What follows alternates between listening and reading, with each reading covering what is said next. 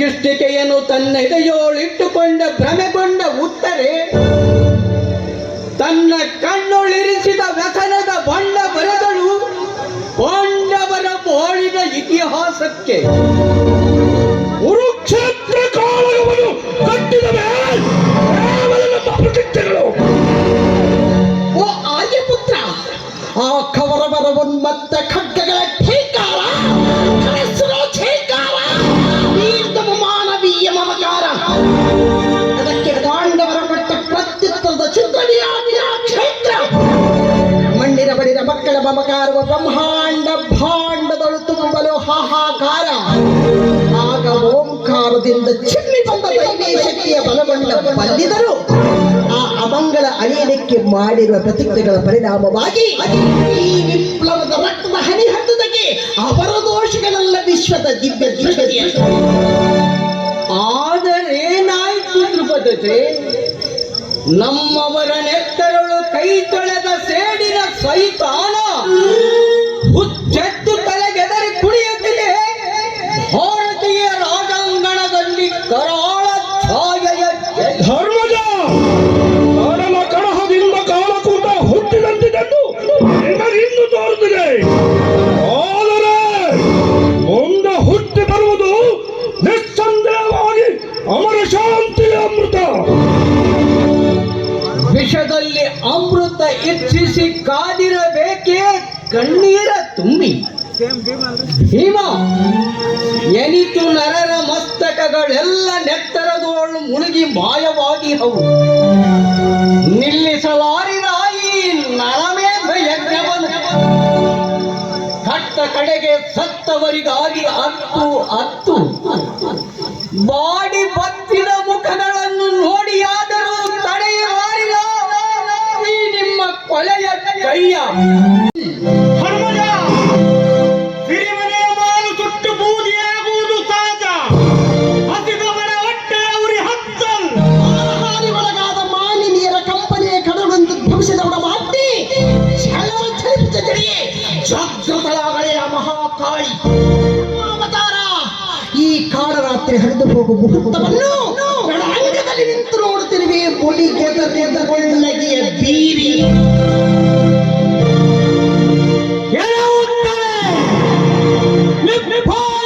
ಪೃಥ್ವಿ ನಿನ್ನ ಗರ್ಭಸ್ಥ ಪಿಂಡಕ್ಕೂ ಪ್ರಳಯ.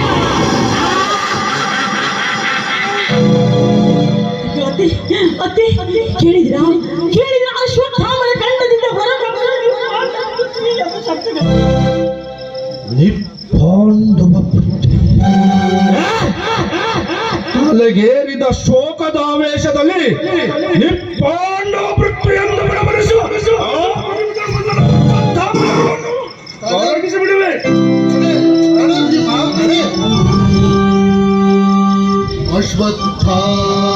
ಅಶ್ವತ್ಥಾಮನವ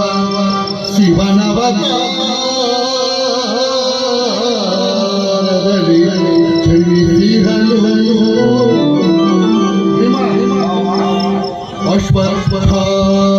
ಅಶ್ವತ್ಥಾಮನವ ಶಿವನವತಾರದಲ್ಲಿ ಜನಿಸಿದನು. ಕೋದಂಡ ಹರಣಿಗೂ ಮಿಗಿಲಾದ ಶೂರನವನು. ರಣಕಲಾಧುರಿನ ಭೀಕರ ವಿಭಕ್ತ ಭಯಂಕರನು.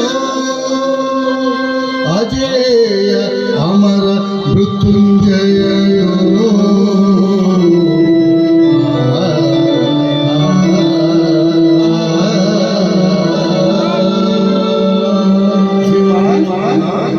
ಬರೀ ನಿಗುಳ ಮಲ್ಲನೆಂಬುದೊಂದೇ ಅಲ್ಲ, ಕದನ ಕಲೆಯ ಬಲ್ಲ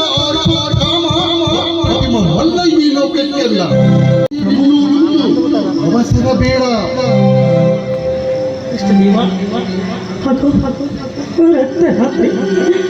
ನನ್ನ ಗಂಡನಿಗೆ ನೀನುಂಟಾದ ರಕ್ತ ಜಲಪಾತ, ನರ ಮೇಲೆ ಎತ್ತಿ ಗುಂಡದ ನಾದ, ನನ್ನ ಕಣ್ಣುಗಳು ಮುಚ್ಚ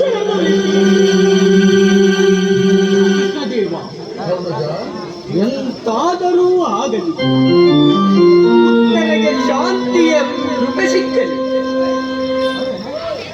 ಮಗು ಉತ್ತರೆ ಶಾಂತಿ ಶಾಂತಿ. ಆತ್ಮವು ಅಮರವೆಂದು ಜನ್ಮಗಳು ಬರುವವೆಂದು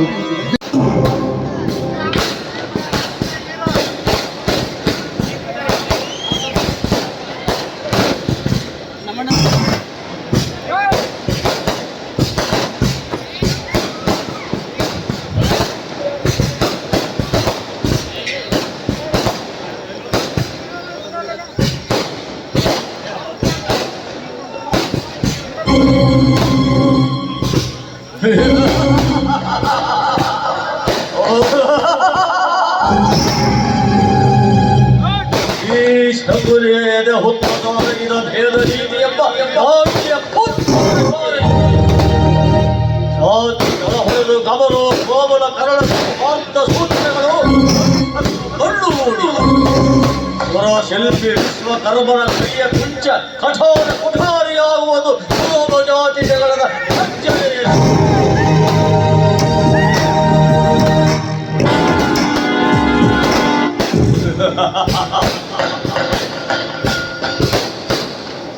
ಸರಸ್ವತಿಯ ತಂಬೂರಿ ಬಿರಿದು ಭೈರವ ಭೇರಿಯಾಗುವುದಾರಿಯಾಗಿದೆ ಜಾತಿ ದ್ವೇಷ ಇದರದೊಂದು ಕಿಡಿ ಕಡಿದು ನಿರ್ಮಿಸುವೆ ಕಾಳಗಳ ಕಡಲನೆ ಕರುಣಾಶ್ವತ್ಥಾದರ ಪಾಂಡವರಿಗೆ ಪ್ರತಿಫಾಲಯಮ ಅಶ್ವತ್ಥಾಮನು ಯುದ್ಧ ಭೂಮಿಯಿಂದ ದೂರೀಕರಿಸದಿದ್ದರೆ ದಾರಿ ಕಾಣದು ಈ ಶಕುನಿಯ ಕಾರಸ್ಥಾನದಲ್ಲಿ.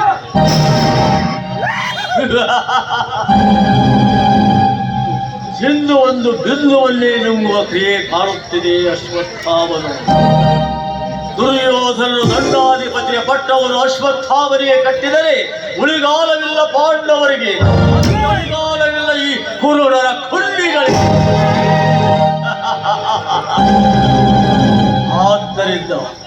ಆದ್ದರಿಂದ ಹೂಡಿ ಹೊಳೆಯುವ ದುರ್ಯೋಧನನೆರಡು ಬಾಣಗಳ ನರತಿಯಾದ ಭಾನುಮತಿಯ ಶೀಲದ ಬಗ್ಗೆ ಸಂಶಯದ ಬಾಣ, ಇನ್ನೊಂದು ಜಾತಿ ದ್ವೇಷದ ರಾಮ ಬಾಣ.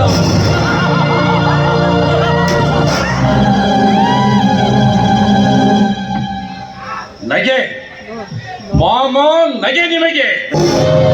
ಕುರು ಸಂತಾನದ ಸಮಾಪ್ತಿಯ ಸಮಯದಲ್ಲಿ ನಗೆ ನಿಮಗೆ.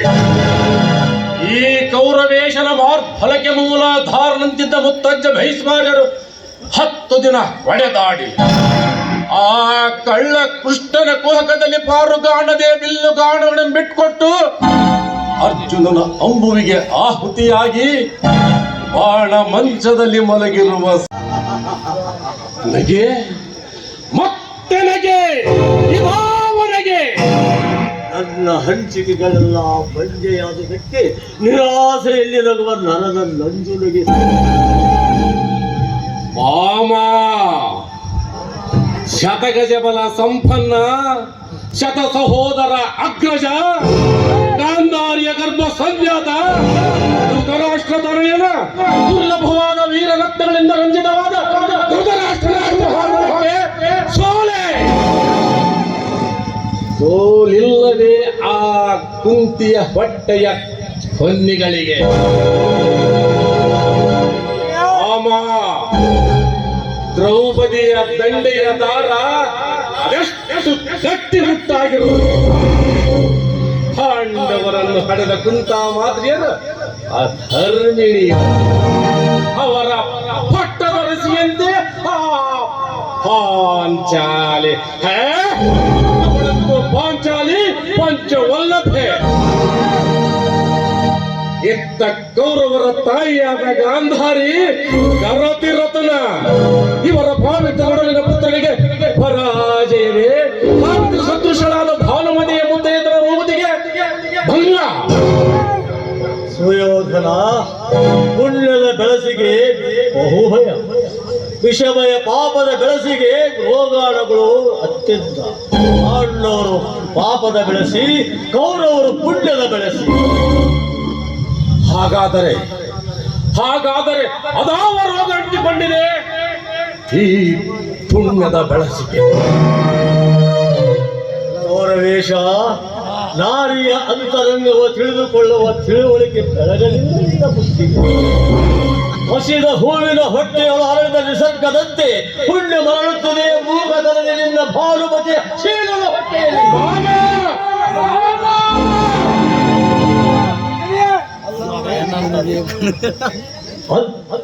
ಅಂದು ನಿನ್ನ ಬೀಳಿದು ಕಟ್ಟಿದ್ದ ಗಂಧರ್ವರ ಕೋಡ ಗಟ್ಟಿದ ಕಟ್ಟನ್ನು ಎಂದು ಬಿಚ್ಚುವುದಾಗಲಿಲ್ಲ ನಿನ್ನ ಹೆಂಡತಿಯ ಕೈಯಿಂದ. ಎಲ್ಲಿ ಕಾವಿದೆಯ ಕಣ್ಣಲ್ಲಿ ಕಾಮ ಕಾಣುವುದು ಅಲ್ಲಿ ನಾಚಿವಾರಳು ಜಯಲಕ್ಷ್ಮಿ. ಉಳಿದಿರುವುದು ಅಲ್ಲಿ ದೊರಕದ ಬೆಲೆ ಜಯಸಿರಿಯ. ಕೇದಿಗೆಯ ಹೊಡೆಯೊಳಗೆ ಹುದುಗಿದೆಯೇ ಮಿಡಿನಾಗ ಬಾಮ. ಮುಂದೇನು ಇನ್ನು ನನ್ನ ಸಾಹಸಕ್ಕೆ ಕಣ್ಣಾವುದು. ಅವರ ವೇಷ ಸಾಹಸಕ್ಕೆ ಕಣ್ಣಾಗಲರಿ. ಸಾಗಿ ಬರುವ ಜಯಲಕ್ಷ್ಮಿ ಕಾಲು ತೊಡಗುಬಿಡಿದ ಕಸದ ಬಳಿಯು ಕೊಚ್ಚಿ ಹೋಗದೆ ಛಲದ ಛಲದ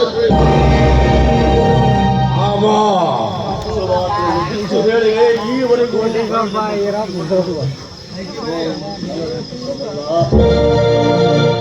ನಿಮ್ಮ ಬಿಸಿ ಉಸಿರು ನಾಟಿತೆನ್ನೆದೆಯೋಳು ಬೆಂಕಿ ಬಳ್ಳಿಯಾಗಿ ನಿಲ್ಲುವುದು ನನ್ನ ನಾಲಿಗೆ ಮೇಲೆ. ಆಮ ಕಾಣುತ್ತಲೇ ಭಾನುಮತಿಯನ್ನು ಶಬ್ದಗಳೆಂಬ ಬೆಂಕಿಡಿಗಳಲ್ಲಿ ತೂರುವೆನು ಅವಳ ನಡು ನೆತ್ತಿಯ ಮೇಲೆ. ಈಗ ಅವಳ ಆರಾಧ್ಯ ದೈವ ಅಶ್ವತ್ಥಾಮ. ಏನು ಅಶ್ವತ್ಥಾಮ? ನಡು ರಾತ್ರಿ ಸರಿಯಾಗಿ ಭಾನುಮತಿ ಅಂತಃಪುರಕ್ಕೆ ಕಾಲಿಟ್ಟರೆ ಕೌರವೇಶ ಹಳೆದು ಕಾಣುವುದು ಬೇರಿಲ್ಲ ಅವಸಾಕ್ಷಿ.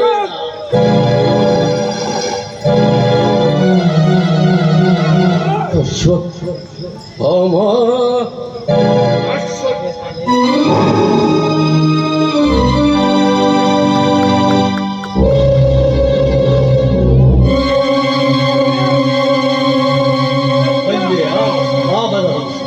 ಬೆದರದಲ್ಲಿ ಬೆಚ್ಚದಲ್ಲಿ ಬೀರನ ಬಳಿಗೆ ಏಕಾಂಗಿಯಾಗಿ ಐತರುವ ರಮಣಿಯೇ ರಾಜಕಾರಣಕ್ಕರಹಳು.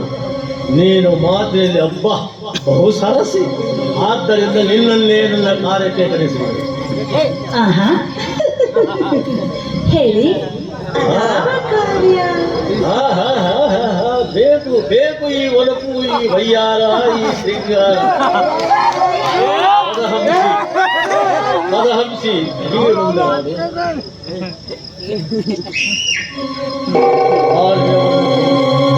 ಕುಶಲತೆಯಿಂದ ಸಾಧಿಸಬೇಕು. ಆಗಲಿ ಮಹಾರಾಜರೇ, ನಾನು ಎಂಥ ಚತುರ ಎಂದು ತೋರಿಸುವುದಕ್ಕೆ ಕಾಲಾವಕಾಶ ಬೇಕಾಗಿತ್ತು. ನಾನಿನ್ನು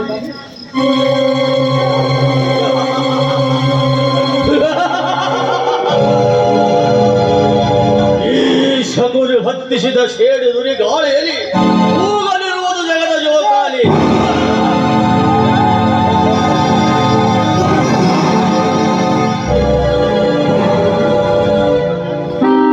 72ನೇ ಎಲ್ಲ ಪದಾಧಿಕಾರಿಗಳು ಈ ಒಂದು ಸನ್ಮಾನವನ್ನು ಮಾಡ್ತಾ ಇದ್ದಾರೆ. ದಯವಿಟ್ಟು ಚಪ್ಪಾಳೆ ಅವರಿಗೆ.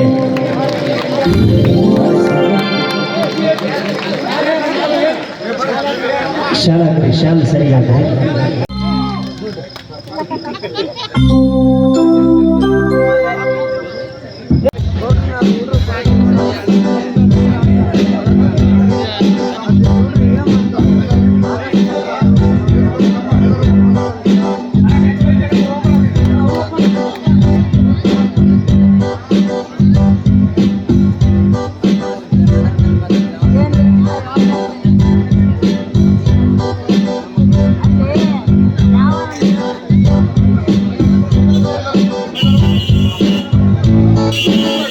Yeah.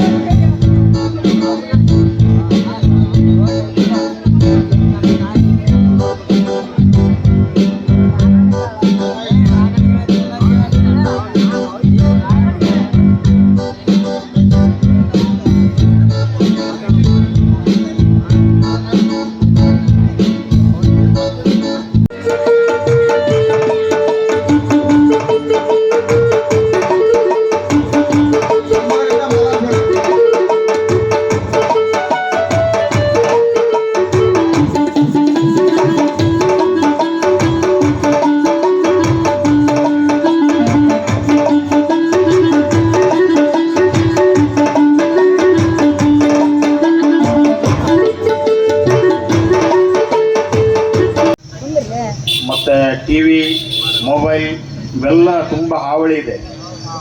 ಈ ಹಾವಳಿಗಳ ಮಧ್ಯೆ ಕೂಡ ನಮ್ಮ ಮೂಲ ಜನಪದ ಪರಂಪರೆ, ರಂಗ ಪರಂಪರೆ, ರಂಗಕಲೆಯನ್ನು ಉಳಿಸಿ ಬೆಳೆಸ್ಕೊಳ್ತಕ್ಕಂಥ ನಿಟ್ಟಿನಲ್ಲಿ ಬಹಳ ದೊಡ್ಡ ಪಾತ್ರವನ್ನು ಮಾಡ್ತಕ್ಕಂಥ ಸಂಸ್ಥೆ ಯಾವುದಾದ್ರೂ ಇದ್ದರೆ ನಮ್ಮ ಭಾಗದಲ್ಲಿ ಅದು ನೀಲಕಂಠೇಶ್ವರ ಸಾಂಸ್ಕೃತಿಕ ಸಂಘ ಅಂತ ಹೇಳಲಿಕ್ಕೆ ಭಾಳ ಹೆಮ್ಮೆ ಅನ್ನಿಸ್ತದೆ. ನಿಜಕ್ಕೂ ಕೂಡ ಗಂಗಾವತಿ ಅಂತಹ ನಗರದಲ್ಲಿ, ನಗರ ಪ್ರದೇಶದಲ್ಲಿ ಅಂದರೆ ಗ್ರಾಮೀಣ ಹಳ್ಳಿಗಳಲ್ಲಿ ಇವತ್ತು ಕೂಡ ಸ್ವಲ್ಪ ಮಟ್ಟಿಗೆ ಉಳ್ಕೊಂಡಿದೆ. ಆದರೆ ಇಂತಹ ನಗರದಲ್ಲಿ ಕೂಡ ನಿರಂತರವಾಗಿ ಈ ಥರದ ಅನೇಕ ವಿಶೇಷ ಸಂದರ್ಭಗಳಲ್ಲಿ ಅದು ಸಾಮಾಜಿಕ ನಾಟಕ ಇರ್ಬೋದು, ಪೌರಾಣಿಕ ನಾಟಕ ಇರ್ಬೋದು, ಬಯಲಾಟ ಇರ್ಬೋದು, ಇಂಥ ಎಲ್ಲ ನಾಟಕಗಳನ್ನು ಪ್ರಯೋಗಿಸ್ತಾ ಈ ಒಂದು ದೇವಸ್ಥಾನದ ಆಶ್ರಯದಲ್ಲಿ ಈ ಒಂದು ಕಲಾ ತಂಡ ಬಹಳ ಅಮೋಘವಾದ ಕೆಲಸವನ್ನು ಮಾಡ್ತಾ ಇದೆ. ನಿಜಕ್ಕೂ ಕೂಡ ಆ ಕಲೆಯನ್ನು ಅವರ ಪ್ರಯತ್ನವನ್ನು ನಾವು ಎಷ್ಟು ಹೊಗಳಿದ್ರು ಕೂಡ ಕಡಿಮೆ ಅನ್ನಿಸ್ತದೆ. ಯಾಕಂದ್ರೆ ಇವತ್ತು ಇಂತಹ ಕಲೆ ಉಳಿದು ಬೆಳೆದು ಬರಬೇಕಾಗಿರ್ತಕ್ಕಂಥದ್ದು. ನಮ್ಮ ಏನು ಸಿನಿಮಾ ಅಂತಕ್ಕಂಥದ್ದು ಏನಿದೆ ಮಾಧ್ಯಮ, ಅದು ಕಲೆ ಅನ್ನೋದಕ್ಕಿಂತ ಮುಖ್ಯವಾಗಿ ಅದು ಇವತ್ತು ವಾಣಿಜ್ಯಾತ್ಮಕವಾದ ಸ್ವರೂಪವನ್ನು ಪಡೆದುಕೊಂಡಿದೆ. ಆದರೆ ಕಲೆಯ ನಿಜವಾದ ಅಂಶ, ನಿಜವಾದ ಜೀವಾಳ ಎಲ್ಲಿ ಉಳ್ಕೊಂಡಿದೆ ಅಂತ ಹೇಳಿದ್ರೆ ಇಂಥ ರಂಗಭೂಮಿಯಲ್ಲಿ. ಇಲ್ಲಿ ನೇರವಾಗಿ ಪ್ರೇಕ್ಷಕರ ಎದುರು ಸಹಜವಾಗಿರ್ತಕ್ಕಂಥ ಭಾವಗಳ ಮೂಲಕ ಅಭಿನಯಿಸ್ತಕ್ಕಂಥ ಒಂದು ಅವಕಾಶ ಇರ್ತದೆ. ಆ ಸಾಧ್ಯತೆ ಏನಿದೆಯಲ್ಲ ಅದು ಎಲ್ರಿಗೆ ಬರಲಿಕ್ಕೆ ಸಾಧ್ಯ ಇಲ್ಲ. ಅದು ವಿಶೇಷವಾದ ಒಂದು ದೇವರ ಕೊಡುಗೆ ಅಂತ ಒಂದು ಕಲಾವಿದರ ತಂಡ ನಮ್ಮ ದೇವಸ್ಥಾನದ ಆಶ್ರಯದಲ್ಲಿ ಇದೆ, ಗಂಗಾವತಿಯಲ್ಲಿ ಇದೆ ಅನ್ನೋದೇ ನಮ್ಮೆಲ್ಲರಿಗೆ ಬಹಳ ಸಂತೋಷದ ಸಂಗತಿ. ಆ ಹಿನ್ನೆಲೆಯಲ್ಲಿ ಈ ಒಂದು ಕಲಾ ತಂಡದ ಸೇವೆಯನ್ನು ಗುರುತಿಸಿ ನಾವೆಲ್ಲ ಏನು ಸರ್ಕಾರದ ವಿವಿಧ ಅಕಾಡೆಮಿಗಳಿಗೆ ನೇಮಕಗೊಂಡಿದ್ದೇವೆ, ನಾವು ಮಾತಾಡ್ಕೊಂಡಿದ್ದೇವೆ. ಈ ಸಂಘದ ಕಾರ್ಯವನ್ನು ಸರ್ಕಾರ ಗುರುತಿಸಬೇಕು. ಆ ನಿಟ್ಟಿನಲ್ಲಿ ನಮ್ಮ ಪ್ರಯತ್ನವನ್ನು ನಾವು ಮಾಡೋಣ ಅಂಥೇಳಿ ನಾವು ಅಂದ್ಕೊಂಡಿದ್ದೇವೆ. ಇದಕ್ಕೆ ಒಂದು ರಾಜ್ಯ ಮಟ್ಟದ ಪ್ರಶಸ್ತಿ ಪುರಸ್ಕಾರ ಈ ಸಂಸ್ಥೆಗೆ ದೊರೀಬೇಕು. ಆ ನಿಟ್ಟಿನಲ್ಲಿ ನಾವೆಲ್ಲ ಪ್ರಯತ್ನಶೀಲರಾಗ್ತೀವಿ. ಯಾವುದೇ ಸಂದರ್ಭ ಕಷ್ಟ ಇದ್ದರೂ ಕೂಡ ಈ ಸಂಸ್ಥೆ ನಿರಂತರವಾಗಿರಲಿ, ಕಲಾ ಸೇವೆಯನ್ನು ಮಾಡ್ತಾ ಇರಲಿ. ದೇವಸ್ಥಾನದ ಎಲ್ಲ ಮಹನೀಯರು, ಸಮಾಜದ ಮಹನೀಯರು ನಿರಂತರವಾಗಿ ಈ ರಂಗಕಲೆಯನ್ನು ಪ್ರೋತ್ಸಾಹಿಸ್ತಾ ಬರ್ತಾ ಇದ್ದಾರೆ. ಅವರ ಪ್ರೋತ್ಸಾಹ ಸದಾ ಇರಲಿ. ವಿವಿಧ ಗಣ್ಯರು ಹಾಗೂ ನಮ್ಮ ಕುರಿನ್ ಶೆಟ್ಟಿ ಸಮಾಜದ ಯಜಮಾನರುಗಳು ಹಾಗೂ ಎಲ್ಲ ಸಾಹಿತಿಗಳಿಗೆ ವಂದಿಸುತ್ತಾ, ನಮ್ಮ ಕುರಿನ್ ಶೆಟ್ಟಿ ಸಮಾಜದ ಶ್ರೀ ನೀಲಕಂಠೇಶ್ವರ ದೇವಸ್ಥಾನದ 55ನೇ ವರ್ಷದ ಒಂದು ವಾರ್ಷಿಕೋತ್ಸವ ಅಂಗವಾಗಿ ಶ್ರೀ ನೀಲಕಂಠೇಶ್ವರ ಕಲಾವೇದಿಕೆ ಅಂತಂದೇಳಿ ನಮ್ಮ ಸಮಾಜ ಬಾಂಧವರೆಲ್ಲ ಸೇರಿಕೊಂಡು ಪ್ರತಿ ವರ್ಷ ಒಂದು ಬಯಲಾಟ ಇರ್ಬೋದು ಅಥವಾ ಸಾಂಸ್ಕೃತಿಕ ಕಾರ್ಯಕ್ರಮ, ಈ ಥರ ನಾಟಕಗಳು ಇನ್ನೂ ಹೆಚ್ಚಿನ ರೀತಿಯಲ್ಲಿ ಭಾಗವಹಿಸಿ ಆಟ ಆಡಬೇಕಂತಂದೇಳಿ ನಮ್ಮ ಸಮಾಜದ ಯಜಮಾನರೆಲ್ಲರೂ ಒಂದು ಮೊನ್ನೆ ದಿನ ನಡೆದಂಥ ಮೀಟಿಂಗಲ್ಲಿ ಅವರಿಗೆಲ್ಲ ಪ್ರೋತ್ಸಾಹಿಸಿರ್ತಾರೆ. ನೀವು ಅದನ್ನು ನಮ್ಮ ಕಲೆ ಯಾವತ್ತೂ ಹೋಗಲಾರ್ದಂಗೆ ಕಂಟಿನ್ಯೂ ಆಗಿ ಬೆಳೆಸ್ಕೊಂತ ಬರಬೇಕಂತಂದೇಳಿ ಅವರಲ್ಲಿ ಒಂದು ಹುರಿದುಂಬಿಸಿ ಈ ಒಂದು ಕಾರ್ಯಕ್ರಮಕ್ಕೆ ಅವರು ಒಂದು ಬೆನ್ನೆಲುಬಾಗಿ ನಿಂತ್ಕೊಂಡಿದ್ದಾರೆ. ಹಾಗೂ ನಾನು ನೋಡ್ತಿದ್ದಂಗೆ ನಮ್ಮ ನಾರಾಯಣಪ್ಪ ನಾಯ್ಕ ಅವರು ನಮ್ಮ ಸಮಾಜದ ಬಗ್ಗೆ ಎಲ್ಲೇ ಇರಲಿ ನಾನು ನೋಡ್ತಿರ್ತೀನಿ. ನಮ್ಮ ಸಮಾಜದ ಒಂದು ಶ್ರಾವಣ ಮಾಸದ ಕಾರ್ಯಕ್ರಮಗಳಿರ್ಬೋದು, ಬಯಲಾಟ ಇರ್ಬೋದು, ಈ ಥರ ಕಾರ್ಯಕ್ರಮಗಳನ್ನ ಅವರು ಮುಕ್ತ ಮನಸ್ಸಿನಿಂದ ಯಾವಾಗಲೂ ಪ್ರಶಂಸಿಸ್ತಾ ಬಂದಿದ್ದಾರೆ. ಅದು ನಾನು ಕಣ್ಣಾರೆ ನೋಡಿದ್ವಿ, ಕಿವಿಯಾರೆ ಕೇಳಿದ್ವಿ ಸರ್. ಹಾಗೆ ತಮ್ಮೆಲ್ಲರ ಪ್ರೋತ್ಸಾಹ ಇದೇ ರೀತಿ ಮುಂದುವರಿಯಲಿ ಅಂತಂದೇಳಿ ನೀಲಕಂಠೇಶ್ವರ ಬೇಡ್ಕೊಳ್ತಾ ನಾನು